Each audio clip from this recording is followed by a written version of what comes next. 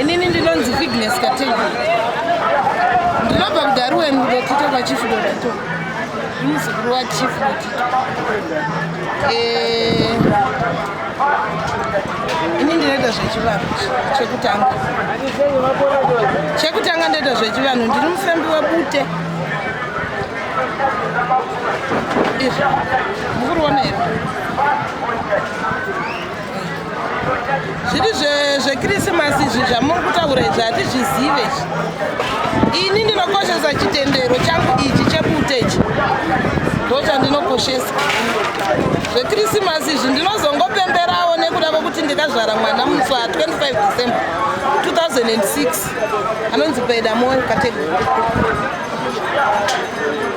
Ndewangu inini.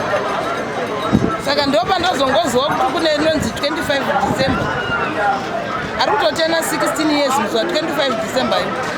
Saka ndizokwanisa kucelebrate ndichibetserawo zvinoita vamwe asi ndokoshesa chivanhu changu chebute. ZveKirisimasi handina zvandinoziva, ndinokoshesa zvebute rangu izvi. Ndochitendero changu. Izvi handizoziva kuti zvinorevei zvekisimusi izvo. ZveKirisimasi handizvizive izvi. Ndopemberera zvechivanhu zvangu zvedzinza rangu. Zvinokoshesa inini ndichikoshesawo kana Zimbabwe yese chaiyo kuti chivanhu chiriko. Hapana asingazivi kuti chivanhu chirimo kana varese vari muzvitendero zvavo. Izvi handizvisiye izvi. Ndakazvitanga ndine 8 years, makore 8. Ndichitotayo kutobaya ana mbuya amai vababa. Nazvino kana hari yavakabikira chaiyo ichitori pati tozoti iri payasi iriko tozoti iriko. Christmas and kumbira big asi kunomuduzo zvachi siwa nokurudzirana ninawo yeKirisimasi yatatarisana nayo izuva rekupembera kumuka kwaYesu, asi tinoti ngatifarei tine tariro, ngatifarei tichiziva zvatinofarira, nokuti izuva rekuberekwa kwomwanakomana waMwari, asi izuva rine mhepo zhinji.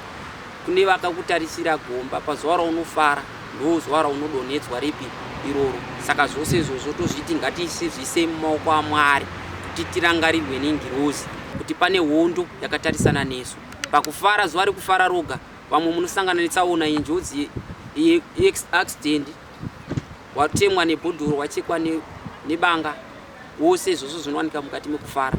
Vanonwa inwai mune tariro, asi shoko raMwari rinotaura richiti inwai, siyanai neavo vanonwa, asi panguva yekupedzisira muchazozviona kuti hamuna kuita sei, hamuna kuchenjera.